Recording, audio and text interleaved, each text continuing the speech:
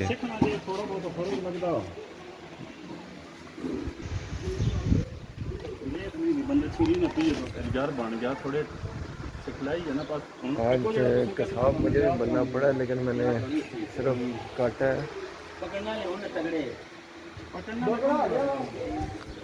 पकड़ना ना कौन मसला सिर्फ तो छुरी का आइडिया ना थोड़ा क्या भी करना को थोड़ा पीछे हुई ना।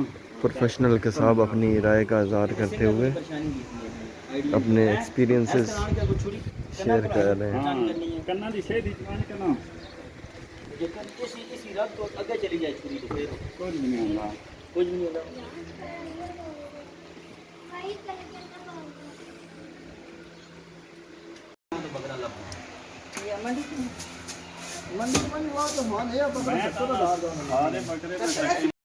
सेकंड चलो लाख